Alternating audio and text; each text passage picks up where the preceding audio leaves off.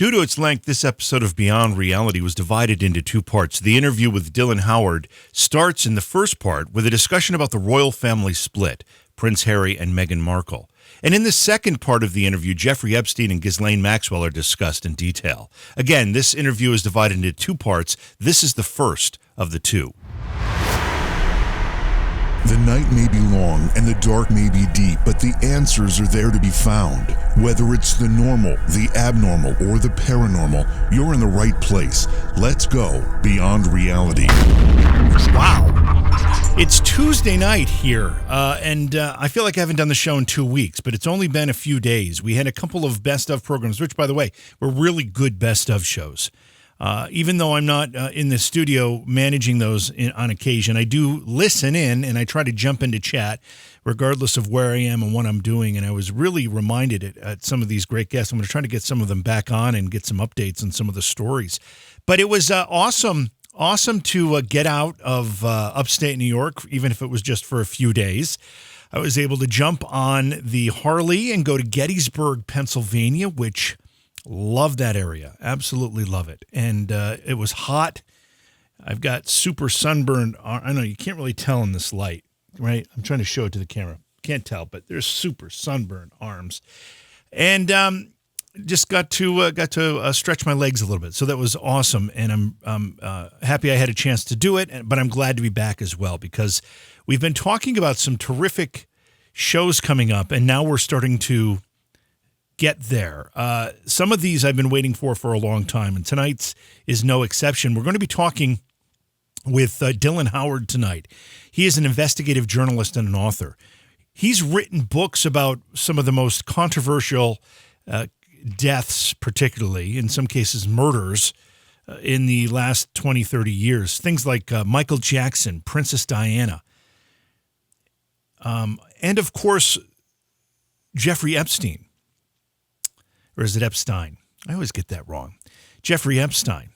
In addition to that, he's written about Charles Manson, Natalie Wood, some really great subject matter. And we're going to talk about some of it tonight. Particularly, we're going to focus on one of his books, his newest, I think it is, actually, called Royals at War, The Untold Story of Harry and Meghan's Shocking Split with the House of Windsor. Of course, we're talking about Prince Harry and Meghan leaving the royal family. What does all that mean and why? Why would that happen? We'll talk about that. But we're also going to spend a good deal of time talking about Jeffrey Epstein and Dylan's book, Epstein, Dead Men Tell No Tales. This is going to be some great stuff. Looking forward to it. Please support the program. Go to patreon.com/Johaw. That's JOHAW. Tonight we're back to live programming, and we have a really special discussion ahead of us tonight with our guest, Dylan Howard. Dylan is an investigative journalist. He's also an author. He's written books like Royals at War, The Untold Story of Harry and Meghan's Shocking Split with the House of Windsor, Epstein, Dead Men Tell No Tales, Diana Case Solved, and many, many others. Dylan, welcome to Beyond Reality. It's a real honor to have you here tonight. So let's talk a little bit of how you got started with all of this. Not everybody wakes up and decides to go into journalism or even go into being an author. You decided both along the way. How did it start for you? Well, I grew up with an appetite to tell stories. I guess many in my family would suggest that I was a gossiper. And I actually wrote a newsletter for our family called the Howard Family News in Australia, and I would photocopy it and distribute it to everyone inside the family, 20-odd people, not the immediate family, but the extended family. And I had always wanted to be a reporter. I grew up in a coastal community in Australia of about 250,000 people. It had a 6-day-a-week newspaper owned by Rupert Murdoch, and I contacted the editor-in-chief at about age 14 and said, I want to write for you. And from age 14 to 17, I wrote their television coverage. So, God, think about that now. I'm 38. So I've really been a journalist for 24 years, which is frightening. And I then graduated from high school, went to the most prestigious journalism school in Australia before changing to another college so that I could continue my studies off campus, because I ultimately was offered what is called in Australia a cadetship, which is effectively like an apprenticeship as a full-time journalist at the Geelong Advertiser, this newspaper that I'd been writing for. And so began my career in journalism. And I think that everywhere that I've worked, and I've worked in Australia in newspapers, I've worked in radio, I worked on television as a television correspondent, I've worked in the celebrity tabloids, I've worked at Reuters in New York City covering the United Nations. I've always brought a very distinct brand of journalism to the table, and it's not for everyone, but it is an unmitigated desire to shine a bright light on a dark place. And it takes me down subject matters that is often controversial.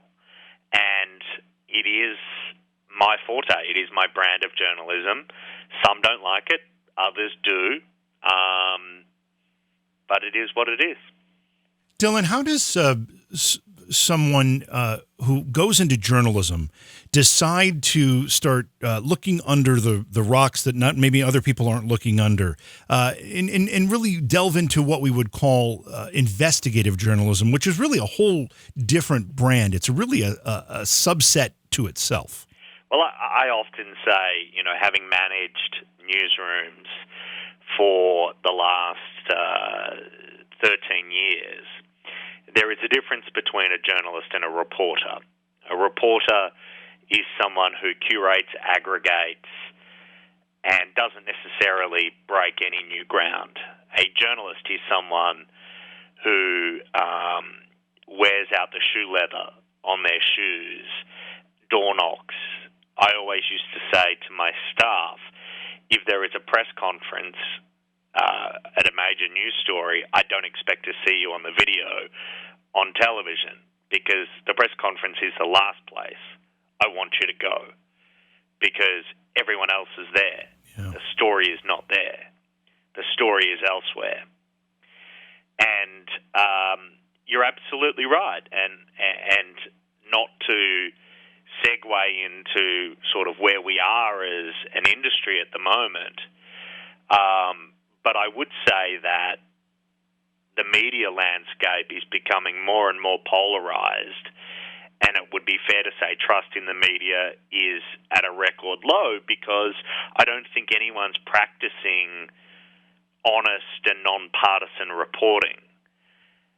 The goal of a journalist is to bring its readers, or his or her readers, viewers or listeners, accurate information so that they can form their own opinions about various topics. Instead, what I'm seeing is most of the media is now largely agenda-driven journalism. And I personally, passionately believe that bias is destroying journalism. I am so glad to hear you say that, because as a consumer of media and journalism, I feel that way, and I feel like I can't find a news source that just gives me the news. I feel like every channel I'm turning to, or paper, if you want to even call them papers anymore, I'm reading, is trying to preach to me about something, not just give me information. Both the right, JV, and the left have become weaponized. I think a lot of this is being driven from the White House itself. The president has undoubtedly fanned the flames with his fake news cries and lies that he has told the American public. And now journalists have seemingly become activists on the left and right, lost their bipartisanship, because they have an effort to ensure that either Trump is not elected or is elected. Right. And that has distorted the state of the current media industry that I once adored, and I just don't adore it anymore. I don't watch television news. I can't, because I can see that every story is told with a political affiliation. And those tendencies on the left and right can be attributed to the push for profits, because those in the ivory towers understand that there is a captive audience for Trump-bashing content and a captive audience for pro-Trump coverage. But that's not what we, as journalists, were taught. The core function of a journalist is to strive to be a bastion of impartiality. And the reality is, we're living in a time that that is devoid of that. This wasn't on my list of questions, but based on what you've just said in the last minute or two here, I want to get your opinion on a couple of things that have been in the news recently, and we'll do this quickly. But recently, the Washington Post was just had to settle a $250 million lawsuit brought from, and I don't remember the boy's name, a 16-year, I believe. Nicholas Sandmann. Yes, whereby a video was edited to make this young man look bad, and I don't know if our listeners will remember, but it was a rally. It was in Washington, D.C., and he was on a school trip, and I think it was even an abortion protest rally, and another gentleman got in his face with a drum, and he was chanting. I don't even know the details. I don't remember it that clearly, but he was defamed, and he ended up winning, or at least settling out of court, a major lawsuit against the Washington Post and and CNN, both for doing that. What are your thoughts on that story? He also sought and won not a judgment, but a settlement against CNN prior to that. He's represented by a one-time former foe of mine, Lynn Wood, who is probably one of the finest plaintiff's attorneys this country has seen. He has represented famous individuals like Richard Jewell, John Benet Ramsey's father, John Ramsey, the family of Natalie Holloway, and others, against media organizations that prior to the word or the inception of the word clickbait would use their platforms to exploit a heinous situation. In this particular situation with the Covington teen, the Washington Post, CNN, and others have already settled, but it certainly looks like this is not the last. Right. What happened today was that CNN, its media reporter, Brian Stelter, retweeted a lawandcrime.com article. Now, Brian Stelter is the host of CNN's Reliable Sources, and he is far from a reliable source. He is by far one of the most significant partisan reporters that CNN has ever seen. You only need watch his Sunday morning show to understand that. But he retweeted the analysis of a lawyer, not connected to the case, about how much this supposedly cost CNN. Now, there is a confidentiality provision associated with this settlement, and that retweet, according to lawyers for Nicholas Sandmann, is in violation of the confidential settlement.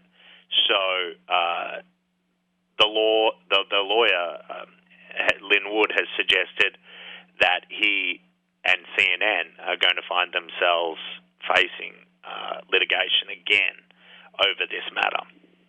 And I'll ask you quickly about one other news item.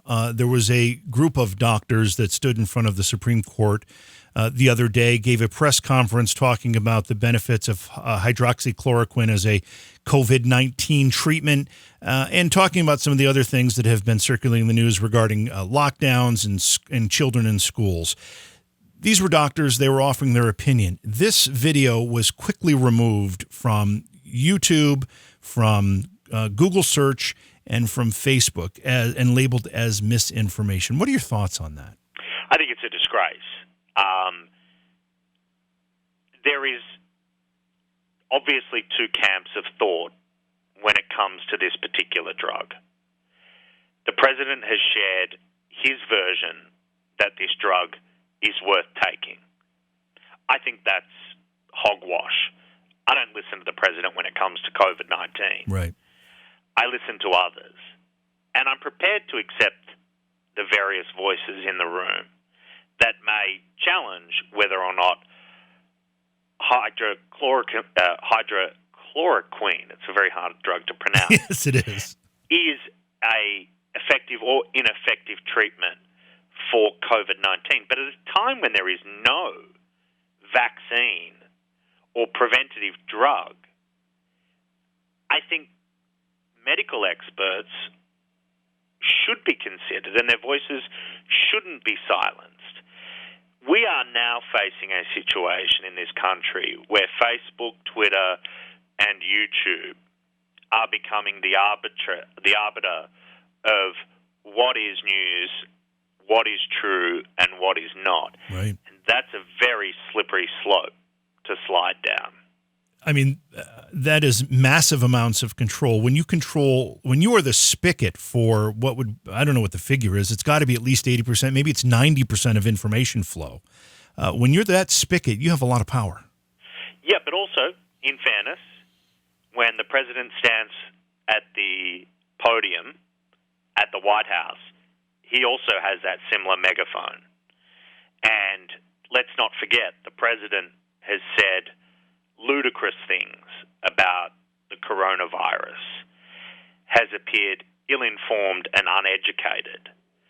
And the reality is he, too, has corrupted what should be a healthy dialogue when a nation should be united around its desire to beat this disease.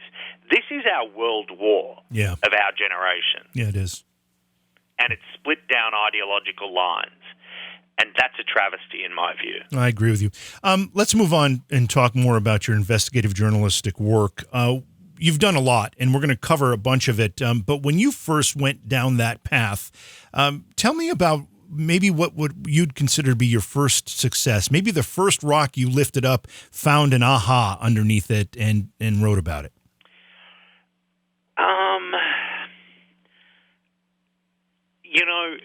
I covered professional football in Australia, and as a one-team town, the football club in the professional league was incredibly important to the community. The stadium was renamed, and a new sponsor had taken over the multi-million-dollar sponsorship of this stadium. And I distinctively remember, and I actually, at Christmas time, I went about 4 hours outside of where I live in Australia, and with my former editor-in-chief to visit a former colleague who actually was the colleague who employed me. And I was recounting this story to him. We knew that someone had acquired the rights of renaming this stadium, and I was desperate to find out who it was. And so I literally went through, because this was 2 decades ago, the white pages and called every major business in the city and posed the question of them. And it was when I got an evasive response from a company called Baytech that I realized I had it. And ultimately I was able to confirm it with sources, and we splashed on it the next day.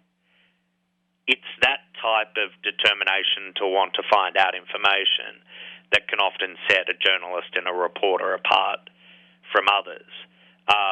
I just enjoy it. I'm not saying that's, I shouldn't be lauded for breaking a story like that, but I do enjoy being able to look at a story or look at an issue and try and put some context and perspective into it through in-depth reporting.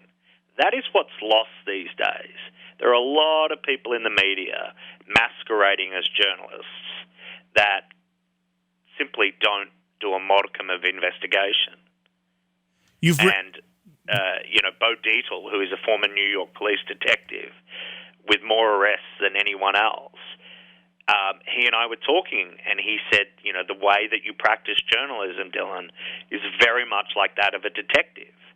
It's very, very similar, and that was nice to hear that someone else can see that two professions are very similar, albeit one less consequential than the other. You've investigated and written about some very, very high-profile cases and names. Just to name a few, obviously Jeffrey Epstein, we're going to talk about that, Princess Diana, Michael Jackson, Natalie Wood, and others. Along the way, as you start looking into these cases and uncovering things that others haven't, you must have ruffled some feathers. Anything ever get a little dicey for you? I was threatened by the Hollywood actor Charlie Sheen with taking my life. He rang me one day and said if I continued to write stories about him, he would have me killed. Oh, wow. I carried a high-profile position for a long period of time.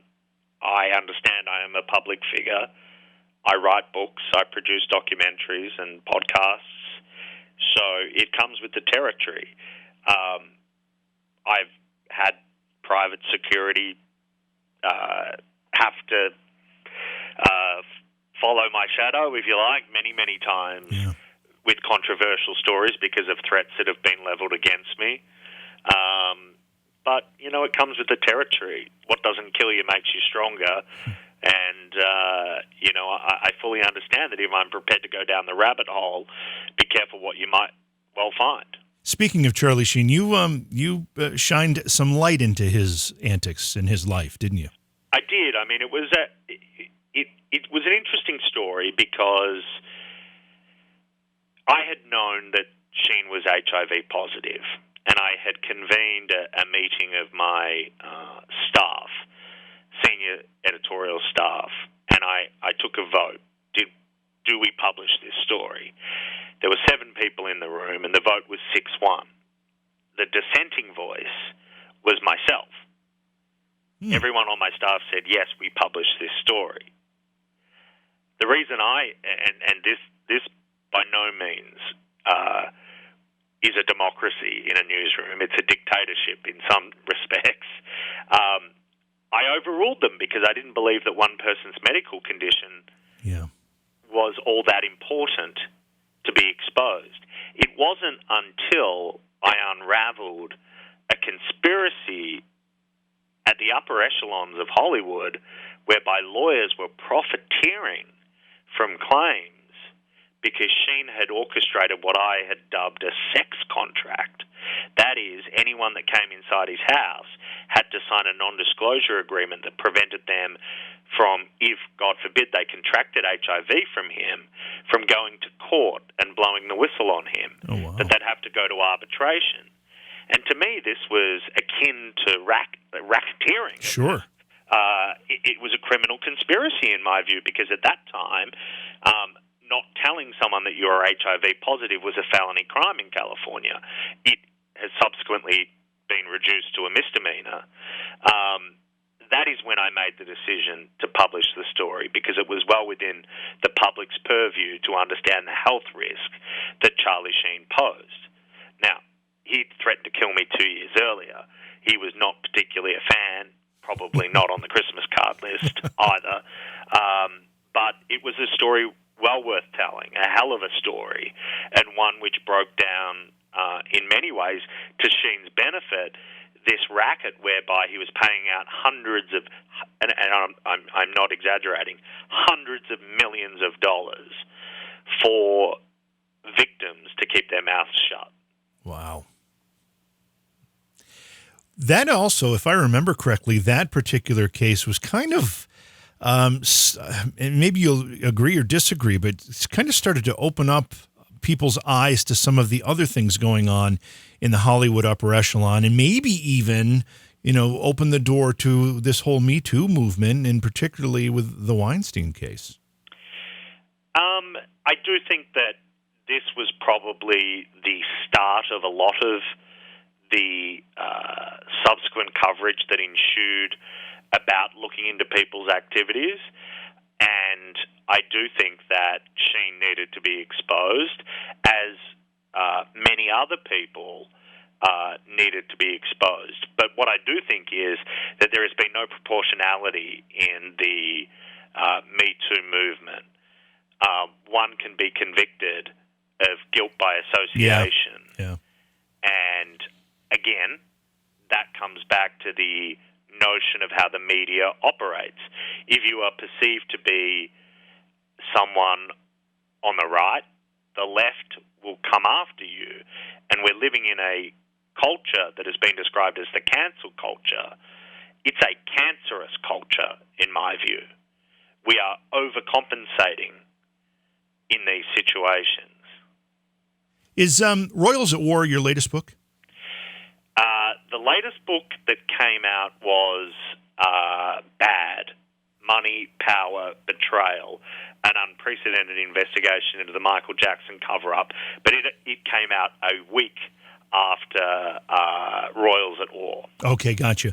Let's talk about Royals at War a little bit. Sure. Of course, the full title is Royals at War, The Untold Story of Harry and Meghan's Shocking Split with the House of Windsor. Now, given the fact that we don't have a monarchy here in the United States, I think a lot of what the British monarchy does and how that family operates is a little unclear to most Americans. You know, we hear these headlines, we get a taste of it, but I'm not sure we completely understand what's happening. Describe for us what the split actually was.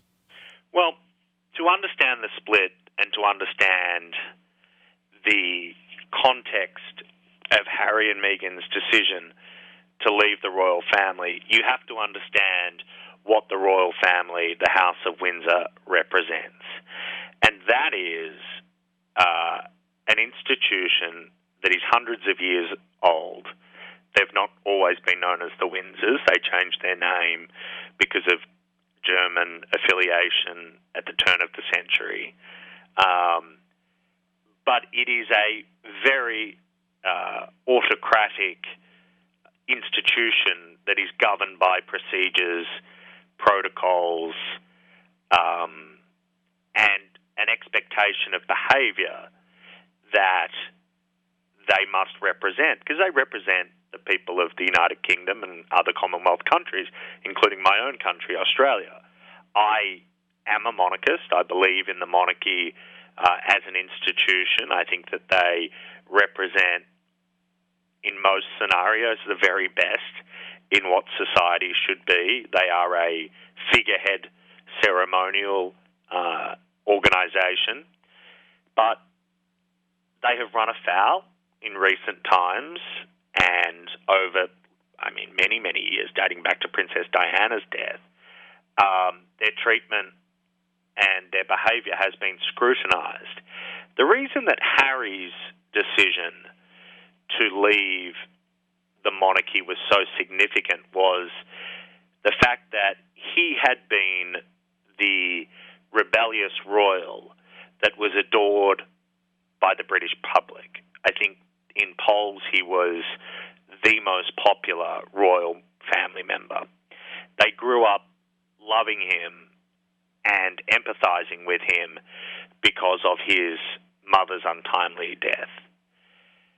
The reality was Harry, from a very young age, just did not really want to be in the royal family. He blamed them for the intrusion upon what should have been a secluded life for Diana, and he also blamed the British media.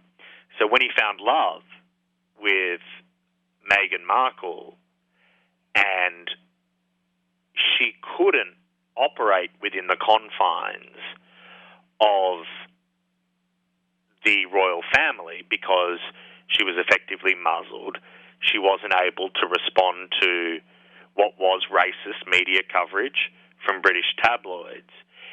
He felt like this was a redo of Diana, and it was a catalyst for him to abdicate from the family, which is the biggest crisis since 1936, when King Edward gave up the crown for the woman he loved, and that was Wallis Simpson, a an American divorcee, very similar to Meghan Markle, an American divorcee.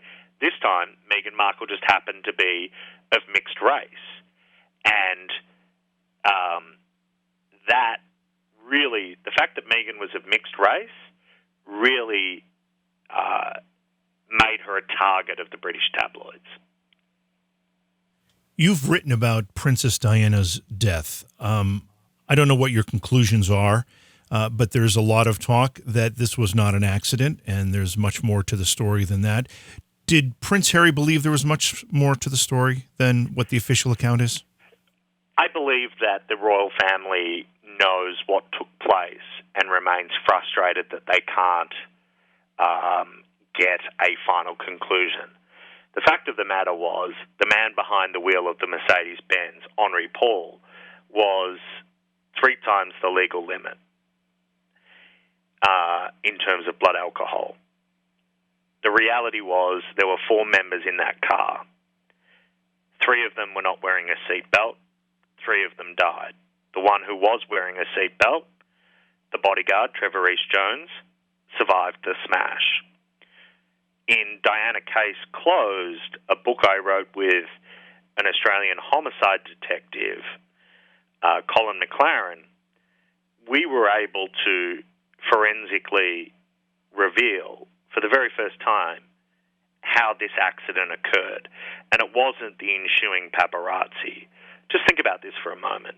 This was a car racing through the late-night streets of Paris at speeds I can't even begin to fathom. And the paparazzos were on motorcycles, 50 cc's. They were nowhere near the tunnel when that Mercedes-Benz careered into the 13th pylon. What has been established through eyewitness accounts, through paint that was identified on the Mercedes-Benz, is that the Mercedes-Benz clipped a white Fiat Uno as that white Fiat Uno merged into the tunnel. It sent the Mercedes-Benz careering into the sky. It hit a concrete pylon, came back down, careered uncontrollably into the 13th pylon of the tunnel. Eyewitnesses say the white Fiat Uno was seen leaving the scene. That car banged up. The driver of that vehicle is a man by the name of Lee Van Tan. Lee Van Tan has refused to answer questions except for one police interview with French authorities. He has been requested multiple times to appear before the Royal Commission into Diana's death. And I spoke to him last year in Paris. I went to his house in suburban Paris and had a lengthy conversation with him. And he told me, and I paraphrase, that he had no intention of talking to authorities about what took place, and that he had been told by French authorities not to talk about what took place that night. So the French are harbouring the truth about what happened to Diana, and I think they're harbouring it because they don't want a French national to be blamed for the death of the woman who was adored by so many and was viewed as the Queen of Hearts the world over.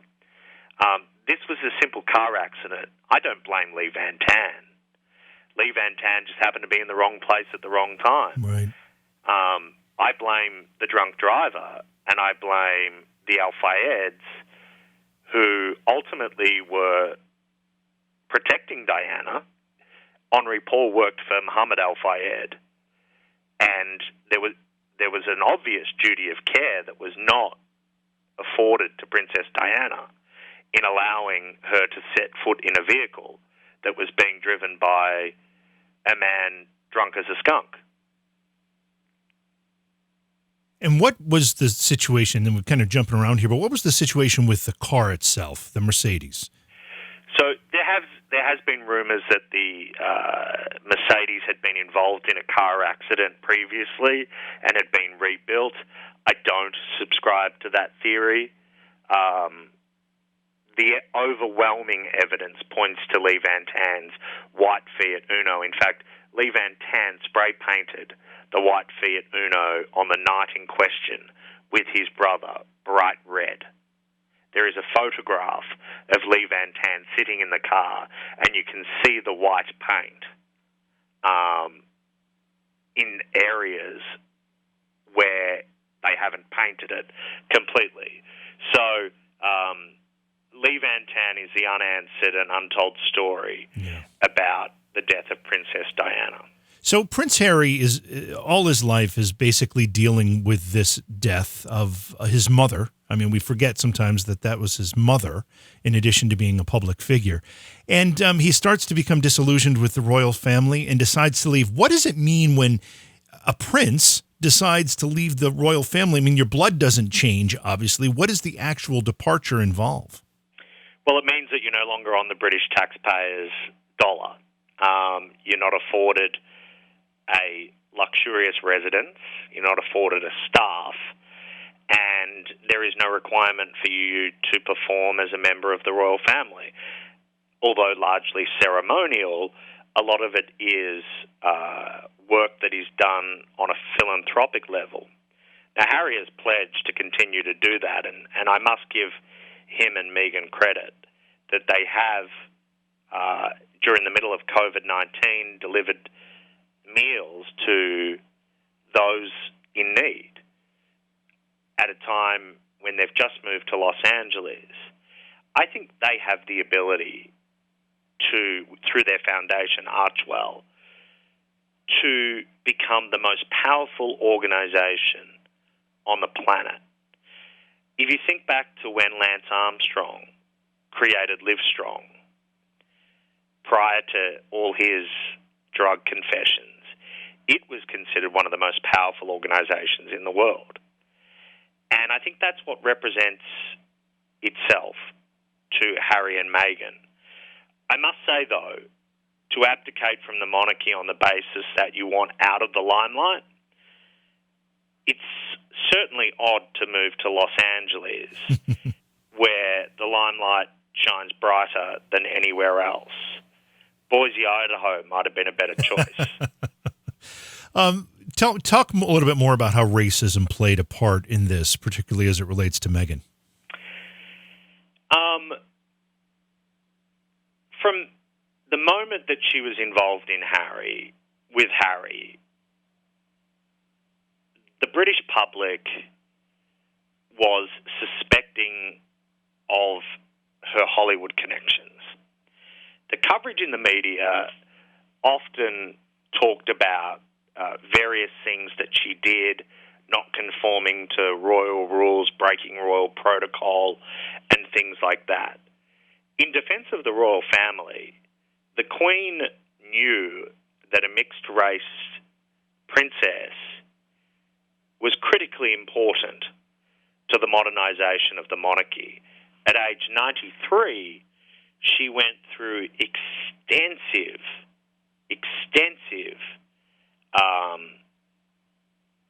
instances whereby she tried to welcome Meghan into the family.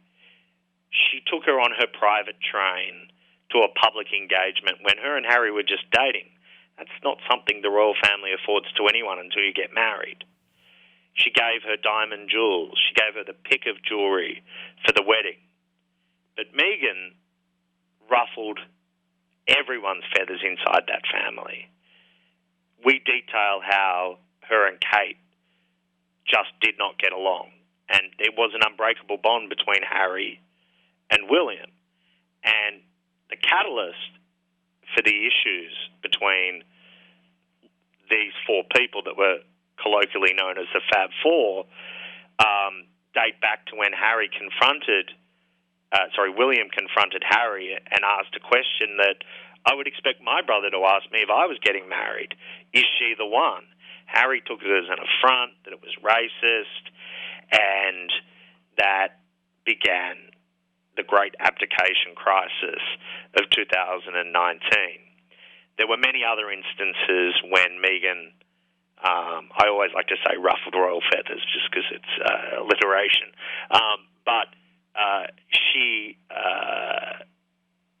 fell out with Catherine, the Duchess, over a decision that she made about the wedding to not have Princess Charlotte, Catherine's and William's daughter, wear leggings, when members of the royal family are not supposed to wear leggings. Who would have thought that I'd ever be investigating leggings?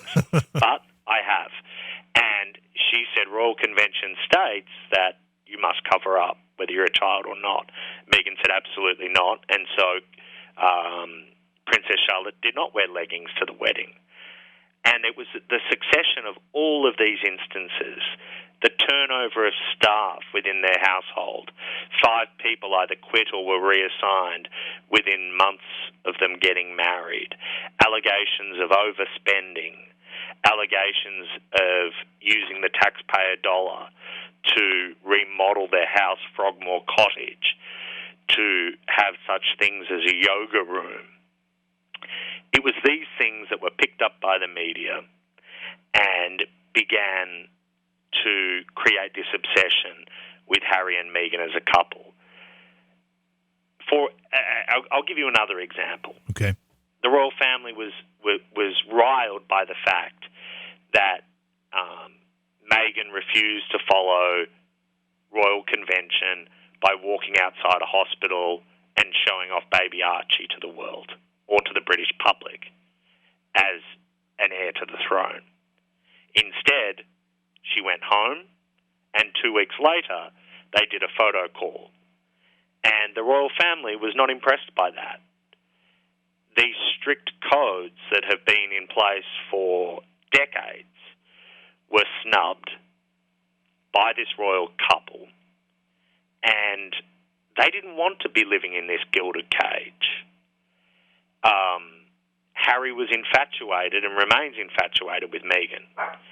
And his desire to modernise the monarchy was inconsistent with how the Queen and other members of the household wanted to modernise the monarchy. Dylan, is all of this just is this a crack in the facade of the English monarchy that will split open, or is this ultimately just going to be a footnote in history over time? It's a fascinating question.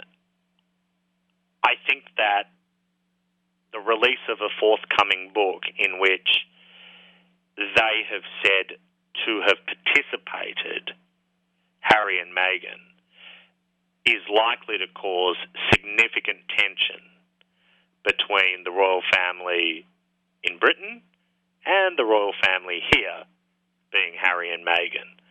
In fact, they were told upon their departure from the royal family that they were unable to use the royal monikers HRH, and there were some limitations about the use of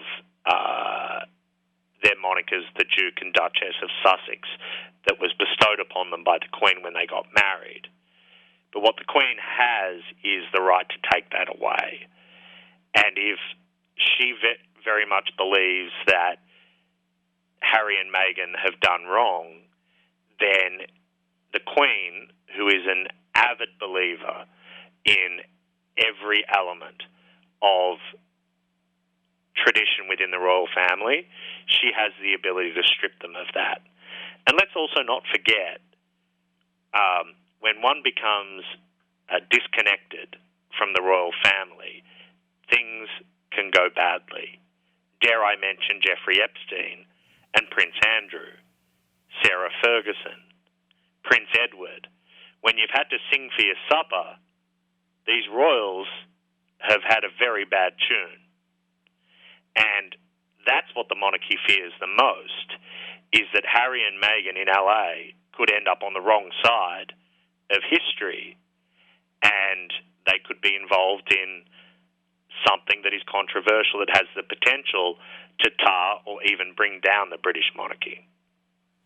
We're talking with Dylan Howard tonight. Dylan is an investigative reporter, also an author, many books to his credit, including Royals at War, The Untold Story of Harry and Meghan's Shocking Split with the House of Windsor, Diana Case Solved, and Epstein, Dead Men Tell No Tales. We're going to continue our conversation on the other side of this break. But before we go to break, Dylan, where can people buy your books?